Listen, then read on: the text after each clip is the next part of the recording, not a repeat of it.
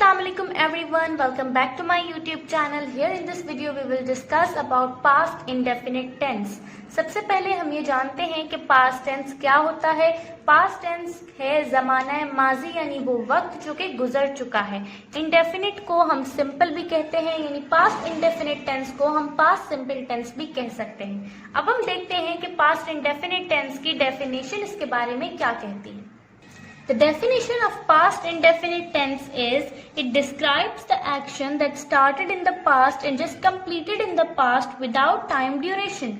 अब एक एक्शन जो कि माजी में शुरू हुआ और उसी माजी में ही वो एक्शन कंप्लीट भी हो गया और हमें ये नहीं पता चलता कि वो एक्शन कब शुरू हुआ और कब खत्म हुआ, तो उसको कहा जाता है पास्ट इंडेफिनिट टेंस। यानी पास्ट इंडेफिनिट टेंस के सेंटेंसेस में जो एक्शंस होंगे हमें पता चल जाएगा कि वो एक्शन माजी में शुरू हुआ था और माजी में ही खत्म हो गया, लेकिन हमें ये चीज नहीं पता चलेगी कि कितने वक्त में वो एक्शन कंप्लीट हुआ।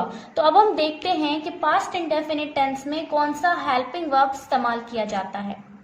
एज वी ऑल नो कि प्रेजेंट टेंस में जो हेल्पिंग वर्ब इस्तेमाल किए जाते हैं there is, am, are, was, has, have और डू, डज। तो ये जो डू, डज वाले हेल्पिंग वर्ब्स हैं ये इस्तेमाल किए जाते हैं प्रेजेंट टेंस में, लेकिन जब ये दोनों हेल्पिंग वर्ब्स पास्ट टेंस में कन्वर्ट होते हैं तो ये बन जाते हैं डिड। इसीलिए पास्ट इनडेफिनिट टेंस में यानी सिर्फ पास्ट इनडेफिनिट टेंस में हम इस्तेमाल करेंगे डिड का, हेल्पिंग वर्ब डिड का, जो कि ऑल सब्जेक्ट्स के साथ, सारे सब्जेक्ट्स के साथ इस्तेमाल किया जाता है।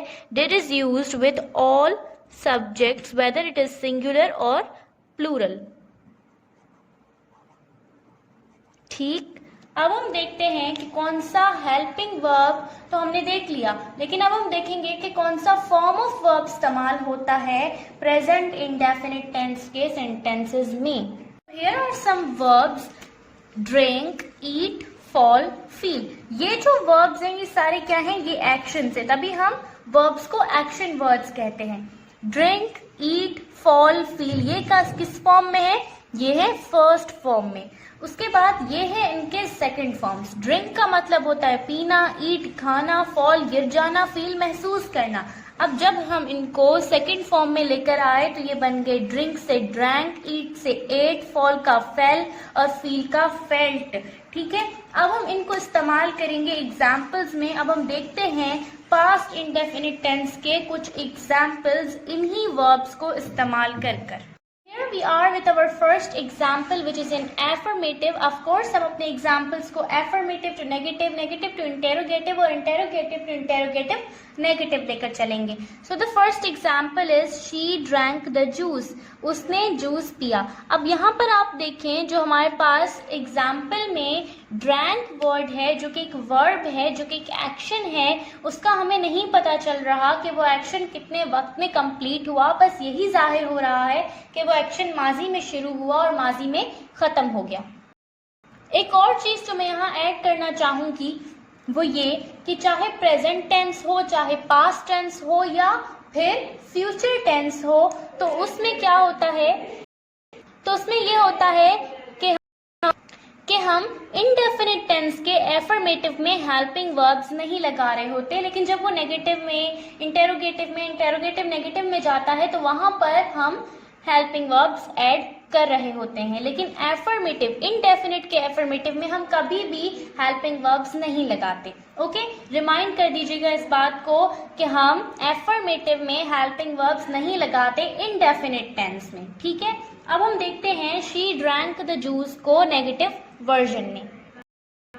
तो इसमें ऑफ कोर्स हमें पता होता है कि एफर्मेटिव क्या होते हैं, पॉजिटिव सेंटेंसेस होते हैं, इसीलिए यहाँ पर कोई इनकार वाली चीज नहीं होती। लेकिन नेगेटिव में हम नॉट वर्ड का इजाफा करते हैं और हेल्पिंग वर्ब्स भी लगाते हैं, तो ये हो जाएगा शी, हेल्पिंग वर्ब कौन सा लगता है, डिड। ठीक है, she did not, not is the main word जो कि इस सेंटेंस को क्या कर देगा, नेगेटिव बना देगा। She did not drank the juice, simple, drank the juice. ठीक है, इस तरह से हमने एफर्मेटिव को नेगेटिव में चेंज कर दिया। अब हम इस नेगेटिव को देखते हैं इंटेरोगेटिव में। एक चीज पहले भी मैंने आपको बताई थी कि इंटेरोगेटिव होता है सवाल, और जब भी हम सवाल में लिखते हैं तो हेल्पिंग वर्ब जो हमारे पास होता है वो फ्रंट पर आ जाता है। तो ये किस तरह से होगा, डिड शी, उसके बाद आएगा सब्जेक्ट, हेल्पिंग वर्ब फ्रंट पर आएगा, उसके बाद सब्जेक्ट आएगा और फिर होगा did she drank the juice, फिर जो रिमेनिंग सेंटेंस होगा वो आ जाएगा, did she drank the juice. अब हम देखते हैं इसको इंटेरोगेटिव नेगेटिव वर्जन में। इंटेरोगेटिव नेगेटिव का मतलब भी मैं पहले ही आपको बता चुकी हूँ कि इंटेरोगेटिव नेगेटिव, जिस तरह इंटेरोगेटिव क्या था, क्वेश्चन था, बिल्कुल इसी तरह इंटेरोगेटिव नेगेटिव में भी क्वेश्चन ही किया जाएगा, बट नेगेटिव और इंटेरोगेटिव दोनों का मिलाप को इंटेरोगेटिव नेगेटिव कहते हैं। तो यानी ये सवाल तो होगा लेकिन पॉजिटिव नहीं, नेगेटिव सवाल होगा। तो ये किस तरह से होगा, ये होगा of course helping verb front पर आएगा to make it a question, did she not drank the juice, ठीक है।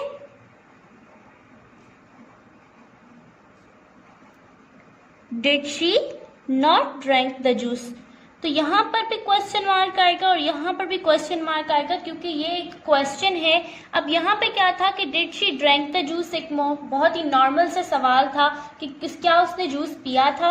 अब यहाँ पर जो सवाल किया जा रहा है ना वो है नेगेटिव में कि क्या उसने जूस नहीं पिया था, बिल्कुल इस तरह से। अब आप एक दफा इस एग्जाम्पल को देख लें, मैं आपको इस एग्जाम्पल को दिखवा भी देती हूँ। अगर आपको